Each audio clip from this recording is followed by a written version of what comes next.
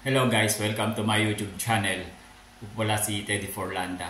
At ang topic po ngayon ay tungkol sa NPD o Narcissistic Personality Disorder. Ikaw ba isa sa mga ito? Tingnan po natin, ito po ang mga senyales o mga traits ng isang narcissist. Okay. Alam mo na ikaw ang pinakamagaling. Yan, isa ka ba sa mga ito? Feeling mo ikaw ang pinakamagaling sa lahat. At lahat ng mga experiences mo ay pinakamaganda. Kung ang isang tao ay namasyal sa isang lugar, ay ikaw ay nagpunta sa isang lugar na mas maganda kaysa sa kanyang pinuntahan. Bawa siya ay nagpunta sa isang lugar, sa beach na maganda. Ikaw naman ay nagpunta ka sa Boracay o nagpunta ka sa Siargao at sa iba pang lugar na magaganda. Ikaw ang laging pinakamagaling sa lahat. Pakiramdam mo ikaw ang pinaka the best sa experiences sa buhay. At kung may nangyari naman na hindi maganda sa iyo, ay alam mo na yung daliri mo ay laging nakaturo sa iba na hindi mo ito kasalanan, kundi kasalanan ito ng gobyerno, kasalanan ito ng partner ko, kasalanan ito ni ganito, ni ganyan. Ikaw, wala kang responsibilidad. Okay?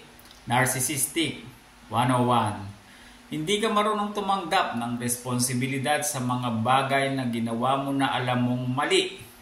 Bagkus ito ay isinisisi mo sa ibang mga tao o sa ibang tao na kaya nangyari ito dahil kasalanan ni ganyan. O dili kaya ikaw ay biktima. Playing victim. Na biktima ka ng circumstance na kung bakit nangyari ito dahil kasalanan ni ganito, ni ganyan. Samantala, alam na alam mo sa sarili mo na ikaw ay nagkamali. Dahil ikaw nga ay narcissist, pakiramdam mo ay hindi ka nagkakamali. At ikaw ay perfecto. So, ikaw na ang narcissist. Okay? At ito pa, masyado kang paimportante. Pagdating sa bahay, hindi ka gumagawa ng mga gawaing bahay. Okay?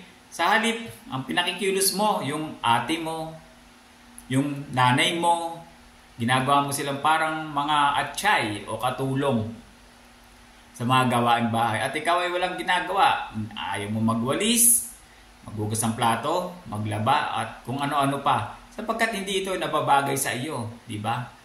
Ikaw na ang narcissist. At ayaw mo rin na ikaw ay natatalo. Sapagkat, bakit ka nga naman matatalo? Perfect ka nga tingin mo sa sarili mo eh. Narcissist ka eh. So, ayaw na ayaw mo yan. At pag natalo ka, hindi mo yan matanggap. Okay? Ganon ang mga narcissist. At ayun, mahilig ka pagka may mga argumento, ay isinisisi mo dun sa tao na yon. You speak down to them. Alam mo yon, yung nagsasalita ka ng mga bagay na hindi naman nararapat at overreacting ka. Pwede mo ikalma yung boses mo pero tinataas mo ito para mag-caught ka ng attention sa ibang mga tao. Para pagka pinalalabas mo na ikaw ay superior dahil ikaw nga ay narcissist. Okay? Wala kang empathy. Hindi mo kaya ilagay ang sarili mo dun sa tao, sa ibang tao, at hindi mo naiintindihan kung ano yung nararamdaman nila. Ang mga narcissistic po ay may tendency. Yung mga iba dyan may mga childhood issues eh. Either sa mga broken family or abandonment nung sila ay kabataan pa. Na sila ay inabandona nung isa sa kanilang mga magulang, na lumaki sila sa sarili nila na walang mga magulang. Pero hindi naman po natin nilalahat, pero may mga ganyang mga tendency, may mga childhood trauma sila nung sila ay bata pa, na hindi nag-heal, na dinala lang hanggang sa kanilang paglaki.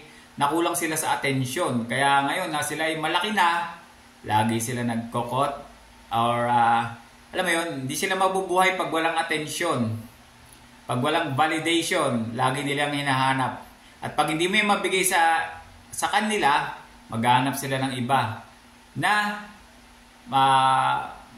yung pupuri sa kanila, yung alam mo yon, yung attention lagi nasa kanila. Kaya yung mga narcissist, mahilig din yan sa mga pets, lalo sa aso o sa pusa. Dahil yung mga yon ay nagbibigay sa kanila ng attention, di ba, yung aso at yung pusa. So mga narcissist, mahal na mahal nila yan, yung kanilang mga alaga na yan. Anyway, let's move on. Ang narcissist po pala ay meron din pong addiction. Okay. Either shopping, kung ano yung mga bagong trend. Hindi yan magpapahuli. Dapat meron din yan siya yan. Yung mga narcissist na yan, mahilig sa shopping, sa adventure, mga experiences, mahilig yan sa mga, alam mo yun, mamasyal, gumala. Hindi yan magpakali sa bahay ang isang narcissist. Hindi nila kaya mag-self-reflect. Hindi nila kaya mag-isa. Kaya lagi yan nasa galaan. Lagi yan nagpupunta kung saan-saan para maghanap ng kanilang bagong mabibiktima. Kasi sila ay puro get lang yan eh. Lahat ng narcissist ay puro transactional. At usually yan, walang relasyon na tumatagal.